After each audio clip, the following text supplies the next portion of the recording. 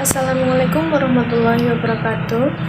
Perkenalkan, nama saya Yuliana Puspita Dewi dengan NIM 214110402138 dari kelas 1 PAIC dengan matkul Pendidikan Moderasi Islam dengan dosen pengampu Pak Mujibur Rahman MSI.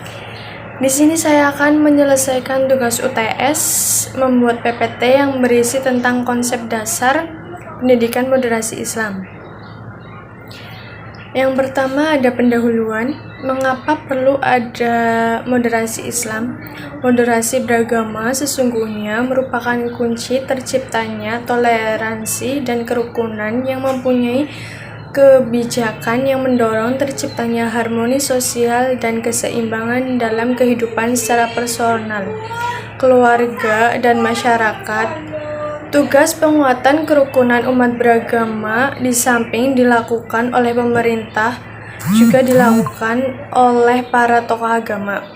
Para tokoh agama ini merupakan modal berharga bagi bangsa Indonesia dalam mewujudkan kerukunan umat beragama.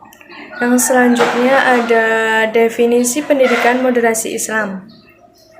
Pengertian moderasi Islam, Islam moderat atau moderasi Islam adalah satu di antara banyak terminologi yang muncul dalam dunia pemikiran Islam, terutama dalam dua darsawasa belakangan ini.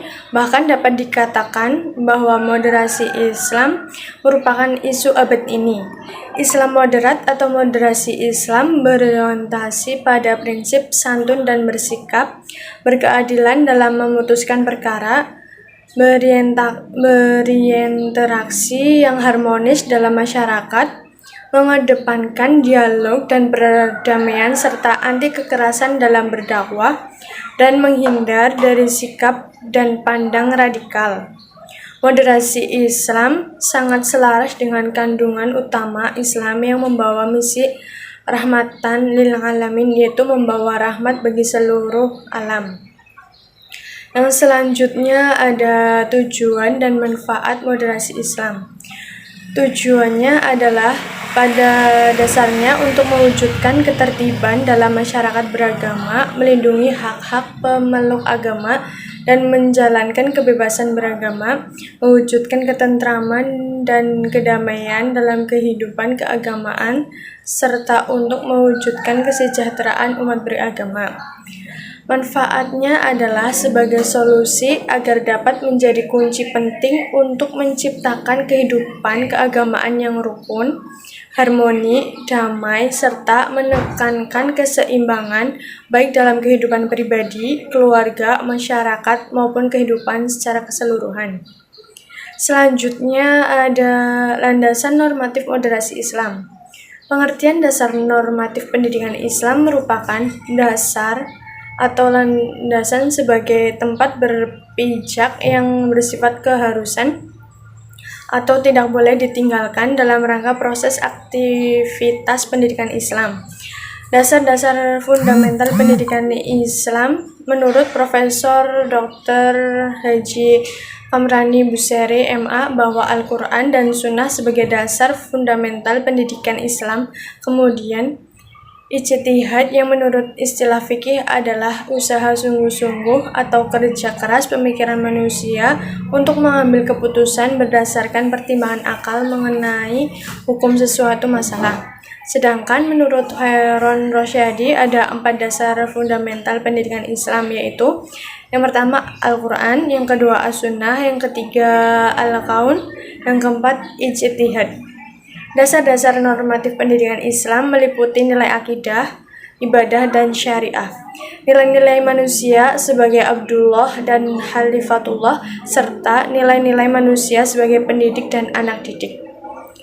Selanjutnya ada landasan historis moderasi Islam. Landasan historis adalah landasan menurut beberapa ulama Islam historis, tidak ada bedanya dengan Islam normatif. Hanya saja ini dipraktikkan dari masa kaum Nabi Muhammad SAW, dan hukum Islam ini tidak menetap, jadi bisa berubah-ubah kapan saja. Juga harus memahami terlebih dahulu bagaimana konsep Islam sebenarnya. Yang ketujuh ada prinsip-prinsip moderasi Islam. Yang pertama, keadilan. Berpihak kepada yang benar karena baik yang benar ataupun yang salah sama-sama harus memperoleh haknya. Yang kedua ada toleransi.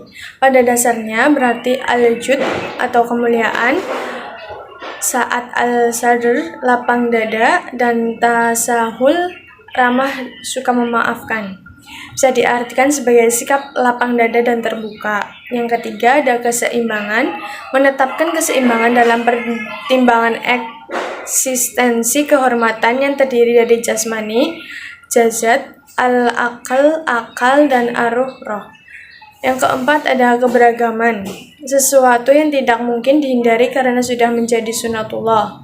Yang kelima ada keteladanan. Muslim harus bisa menjadi teladan bagi kaum lainnya karena pada dasarnya seorang menjadi muslim melekat dalam dirinya sebagai juru dakwah yang mengajak kepada kebaikan. Yang terakhir ada penutup. Di bagian ini disampaikan bahwa moderasi Islam berorientasi pada prinsip santun dan bersikap berkeadilan dalam memutuskan perkara, berinteraksi yang harmonis dalam masyarakat, mementingkan perdamaian serta anti kekerasan dalam berdakwah, dan menghindar dari sikap dan pandang radikal. Ada juga tujuan dan manfaat moderasi, yaitu dengan cara mewujudkan ketertiban dalam masyarakat beragama dan sebagai solusi agar dapat menjadi kunci penting untuk menciptakan kehidupan keagamaan yang rukun. Terdapat landasan normatif moderasi Islam dan landasan historis moderasi Islam, dan terdapat prinsip-prinsip moderasi Islam. Mungkin cukup sekian dari saya. Apabila ada tutur kata yang salah, mohon dimaafkan. Sekian, wassalamualaikum warahmatullahi wabarakatuh.